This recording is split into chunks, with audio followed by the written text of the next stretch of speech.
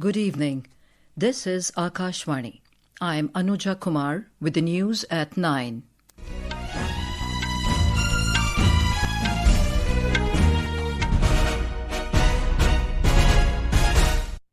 The headlines.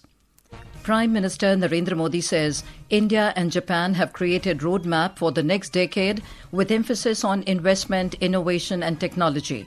Asserts both countries are committed to a free, open, prosperous and rule-based Indo-Pacific. Japanese Prime Minister Shigeru Ishiba says Tokyo and New Delhi need to take advantage of each other's strengths to gain solutions to challenges. India's GDP registers a growth of 7.8% in the first quarter of financial year 2025-26, highest in 5 quarters. Government extends ECHS facilities for officer cadets medically boarded out from military training. 5 people killed and 11 missing following heavy rainfall in Rudra Prayag, Chamoli and Bageshwar districts of Uttarakhand. And in Asian Shooting Championship, Indian trio of Gurpreet Singh, Rajkanwar Sandhu and Ankur Goel bags team gold in 25 meters center fire event in Kazakhstan.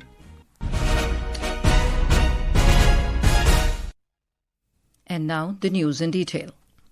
Prime Minister Narendra Modi said that India and Japan have created a roadmap for the next decade with investment, innovation, economic, security, technology, people and regional cooperation at its core. He highlighted that special emphasis will be placed on strengthening ties between small and medium enterprises as well as startups of both nations. Inviting Japanese companies to make in India and make for the world, Mr. Modi announced that India and Japan have set a target of 10 trillion yen in Japanese investments in India over the next 10 years. He was addressing a joint press conference after the 15th India-Japan Annual Summit in Tokyo alongside his counterpart Shigeru Ishiba. आज हमने अपनी special strategic and global partnership में एक नए और सुनहरे अध्याय की मजबूत नींव रखी है। हमने अगले दशक के लिए एक रोड मैप बनाया है। हमारे विजन के केंद्र में investment, innovation, economic security, environment, technology, health, mobility, people to people exchanges and state prefecture partnership, ये प्रमुख बातें हैं। Prime Minister Modi announced that an action plan will be created for human resource exchange over the next 5 years. Both sides will encourage the exchange of 5 lakh people from different sectors between India and Japan. As part of this, 50,000 skilled Indians will actively contribute to Japan's economy. Further, institutionalized cooperation between Indian states and Japanese prefectures will be a key focus, opening up new avenues in trade, tourism, education, and cultural exchanges. The Prime Minister said that India and Japan are committed to a free, open, peaceful, prosperous, and rule-based Indo-Pacific. He added that both countries share common concerns about terrorism and security, particularly in the areas of defense and maritime security. Bharat और Japan एक free, open, peaceful, prosperous and rules based Indo Pacific के प्रति पूरी तरह से प्रतिबद्ध है। आतंकवाद और साइबर सिक्योरिटी को लेकर हमारी चिंताएं समान है। डिफेंस और मैरीटाइम सिक्योरिटी से हमारे साझे हित जुड़े हुए हैं। हमने निर्णय किया है कि डिफेंस इंडस्ट्री और इनोवेशन के क्षेत्र में आपसी सहयोग को और सशक्त किया जाएगा। Prime Minister Modi said that Japanese technology and Indian talent form a winning combination. While work is underway on the high-speed rail project, he noted that under the Next Generation Mobility Partnership, rapid progress will also be made in sectors such as ports, aviation and shipbuilding. He added that India welcomes the agreement between ISRO and the Japan Aerospace Exploration Agency, JAXA, for cooperation in the Chandrayaan-5 mission. Mr. Modi further said that the India-Japan partnership is rooted in mutual trust, reflects national priorities and is shaped by shared values and beliefs. Together, he emphasized both nations carry a common dream of peace, progress and prosperity for their people and for the world. India and Japan partnership is rooted in mutual trust, reflects our national priorities and is shaped by our shared values and beliefs. Together, we carry a common dream of peace, progress and prosperity of our peoples and for the world. Japanese Prime Minister Shigeru Ishiba said that India is bringing transformation to the world. As Japan and India strengthen their relations, he emphasized that both countries should leverage each other's strengths to find solutions to shared challenges and support one another. Prime Minister Narendra Modi and Japanese Prime Minister Shigeru Ishiba exchanged the joint statement, the long-term vision document on bilateral relations, and the joint declaration on India-Japan security cooperation before addressing the press. Several key agreements were also exchanged between the two countries, including the Memorandum of Cooperation between the Ministry of External Affairs of India and the Ministry of Foreign Affairs of Japan, the Memorandum of Cooperation on the Japan-India Digital Partnership 2.0, and the Joint Declaration of Intent on Clean Hydrogen and Ammonia. Talking to media on Prime Minister Modi's two-day visit to Japan, Foreign Secretary Misri said that Prime Minister Modi and Prime Minister Shigeru Ishiba discussed the regional and global situation, and it was clear that in the midst of considerable geopolitical flux, the ties between India and Japan remain a pillar of stability in the international system. The Foreign Secretary informed that both leaders today exchanged a joint vision for the next decade. This is a 10-year strategic roadmap in economic and functional cooperation between the two sides. The objective and the ambition of this visit has been to infuse much higher levels of aspiration and momentum into our special strategic and global partnership. And this summit has been about greater ambition, a stronger and clearer vision, and a reaffirmation of the strength of the all-important India-Japan partnership.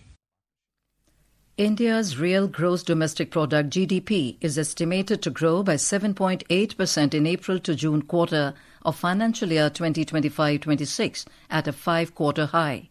We have a report. According to the quarterly estimates of GDP for the first quarter of the current fiscal released by the Ministry of Statistics and Program Implementation today, nominal GDP has witnessed a growth rate of 8.8% during the same period. Agriculture and allied sectors have seen real gross value added GVA growth rate of 3.7% as compared to the growth rate of 1.5% registered in the quarter 1 of last financial year. In the first quarter of financial year 2025-26, among secondary sectors, manufacturing is estimated to grow at 7.7%. And construction at 7.6%. Government final consumption expenditure bounced back, registering staggering 9.7% growth rate in nominal terms, over the growth rate of 4% in quarter 1 of the last fiscal. With reports of Ayushi and Intikhab, Jigyasa for Akashvani News, Delhi. Speaking to Akashvani News, economic expert Shishir Sinha said the 7.8% growth in the first quarter was mainly driven by the strong performance of the services and manufacturing sector.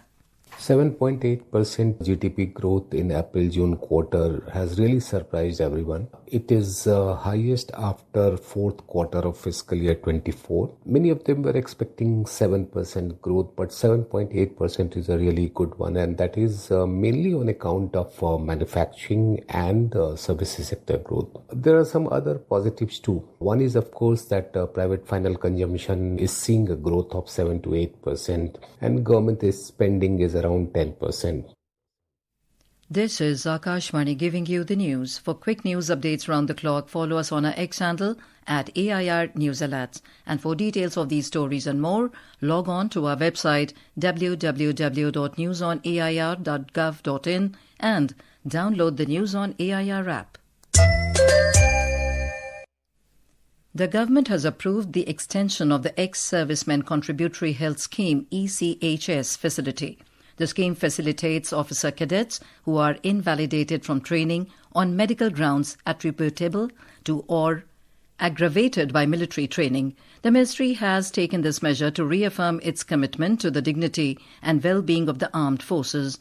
The Ministry of Defence has said that this measure is applicable to cadets who have been medically boarded out prior to completion of training and is also extendable to future similar cases.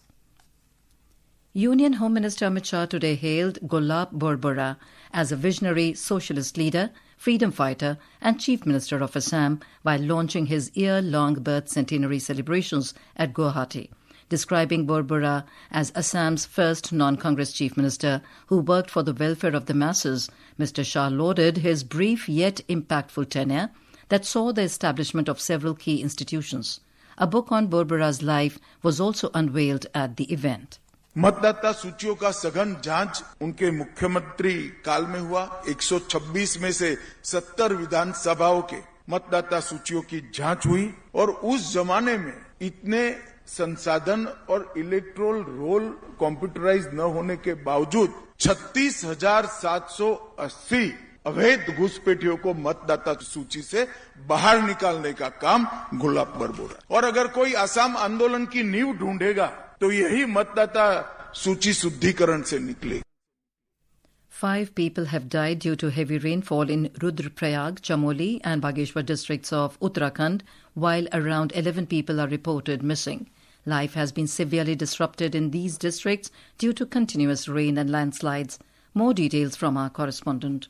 In Chamoli district's Deval Tehsil, 2 bodies were recovered from the Mopata village, while in Bageshwar district Kapkot Tehsil, 2 bodies were recovered from the Posadi village. In Rudra Prayag district's Jakoli area, 1 casualty has been reported. Reports indicate that 8 people are trapped under debris in Chenagad village of the same district. Additionally, 3 people are missing in Kapkot as well. Search operations are underway to locate all missing persons. In the Bura Kedar area of Tehri district, heavy rainfall has caused severe damage. Uttarakhand Chief Minister Pushkar Singh Dhami held a high-level meeting on disaster management today in Dehradun. He directed the affected areas district magistrate to ensure the prompt provision of all essential services in the affected areas. The Chief Minister stated that the government stands with the disaster victims and is making every possible effort to normalize the situation. हमारा प्रयास है ऐसी आपदा के समय में पूरी सरकार हम सभी लोग उन आपदा पीड़ितों के साथ है। आज हमने समीक्षा की है, हर संभव सभी को सहायता करने के लिए कहा है। राहत बचाव कार्य को तेजी से करने का और रिस्पांस टाइम कम से कम हो,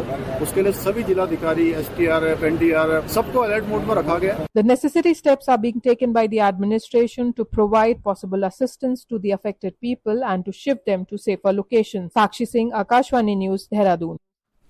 Meanwhile, spell of heavy monsoon rains continues in Himachal Pradesh, badly affecting the normal life. Due to heavy rainfall, 2 national highways and 914 roads in the state are blocked for traffic. In Chamba district, efforts are going on at war footing to safely rescue the pilgrims stranded on the Mani Mahesh Yatra route. On to sports. In hockey, India started their Asia Cup campaign on a winning note with a thrilling 4-3 victory over China in Rajgir. More from our correspondent. Amid the humid and sultry weather in Rajgir, the Indian team delivered an excellent performance today against China. In today's match, India displayed both aggressive and defensive game, but the performance of the Indian captain was particularly remarkable. It was Harmanpreet Singh who stole the show and earned the cheers from spectators at the home turf in Rajgir. Captain Harmanpreet Singh hat-trick steered the host team to victory in a nail-biting match, which was full of uncertainty till the last quarters. Dharmendra Kumar Rai, Akashvani News, Rajgir. Indian pistol shooter Gurpreet Singh came up with a commanding performance for the second day in a row to help the country win the team gold in the 25-meter centerfire event of the Asian Shooting Championship at Shymkent in Kazakhstan today. A day after, he won the 25-meter standard pistol individual gold. The 37-year-old army shooter, along with Rajkanwar Sandhu and Ankur Goel, secured another big win in centerfire, clinching gold with an aggregate score of 1,733 points.